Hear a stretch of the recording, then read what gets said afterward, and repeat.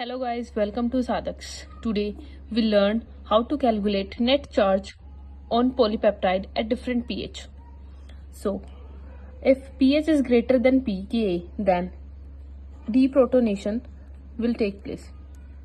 Deprotonation means कि H plus जो है वो रिलीज होगा. अब वो H प्लस कहाँ से रिलीज होगा? क्योंकि अमाइनो एसिड में हमें पता है कि हमारे पास एक कार्बोक्सिलिक ग्रुप होता है और एक अमाइनो ग्रुप होता है. तो कार्बोक्सिलिक ग्रुप अपना जो H प्लस होता है, जो COOH हमारे पास होता है, तो वो जो H होता है वो रिलीज हो जाता है. अमाइनो एसिड का जो कार्बोक्सिलिक ग्रुप है वो H प्लस जो है वो रिलीज कर देता है, तो वो डीप्रोटोनेशन हो जाता है. इट मीन्स अगर पीएच ज्यादा होगी तो सिर्फ हमारे पास एक नेगेटिव चार्ज लेके आएगा.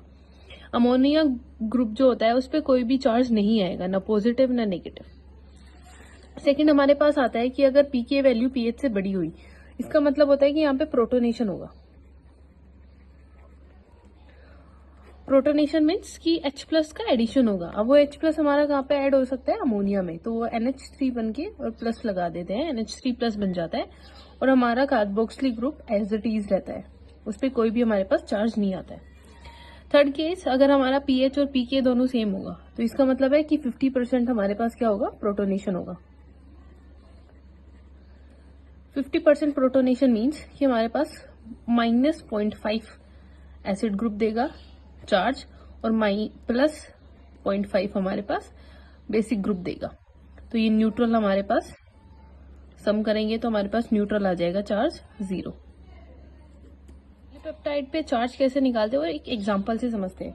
जैसे हमारे पास एक पॉलीपेप्टाइड की चेन दे रखी है, alanine, lysine, aspartic acid, proline, और ये प्रोलीन का जो ये सी टर्मिनल है और ये हमारे पास एन टर्मिनल है. इनकी पीकेएस वैल्यू दे रखी है. अब क्वेश्चन हमसे कह रहा है कि डिफरेंट पीएच पे, लाइक पीएच 7 पे, 12 पे, 3 पे हमें चार्ज बताओ क्या होगा.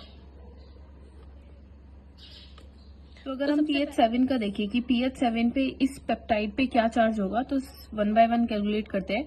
तो फर्स्ट वाला हम देखते हैं, एन टर्मिनल पे पी की वैल्यू 10 दे रखी है. तो पी की वैल्यू पीएच से ज्यादा है तो उस पे होगा प्रोटोनेशन. प्रोटोनेशन मीन्स इस पे पॉजिटिव चार्ज आएगा, इस पे नेट हमारे पास 1 प्लस चार्ज आएगा. सेकंड देखते हैं, ये भी 10.5 है पी की वैल्यू, ये भी हमारी पीएच 7 से ज्यादा है तो इस पे भी क्या आएगा? Plus charge. तो हमारे पास टोटल हमारे पास 2 प्लस चार्ज हो गए. अब देखते हैं थर्ड वाला, हमारे पास एस्पार्टिक एसिड पे जो पीके वैल्यू है वो हमारी पीएच से कम है. हमारी पीएच 7 है और ये आ रही है 3.65. तो अगर यहाँ पे देखिए तो इस पे आएगा नेगेटिव चार्ज. लाइक सेम इस वाले सी टर्मिनल पे आएगा हमारे पास नेगेटिव चार्ज.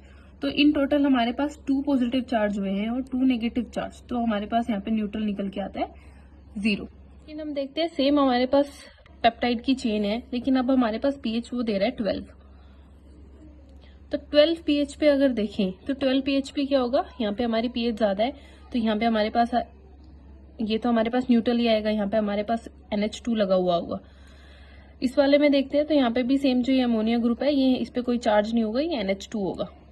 थर्ड हमारा इस पे देखते हैं तो ये हमारी पीके वैल्यू कम हो गई पीएच से, तो इस पे हमारे पास एक नेगेटिव चार्ज आएगा. सेम जो हमारे पास सी टर्मिनल है उसकी भी पीके वैल्यू पीएच से कम आ रही है, तो यहाँ पे भी क्या होगा? Negative charge. तो एट पीएच 12 हमारे पास इन टोटल 2 नेगेटिव चार्ज आएगा. तो अगर हमारे पास पीएच 7 है तो इस पॉलीपेप्टाइड पे चार्ज निकल के आता है 0.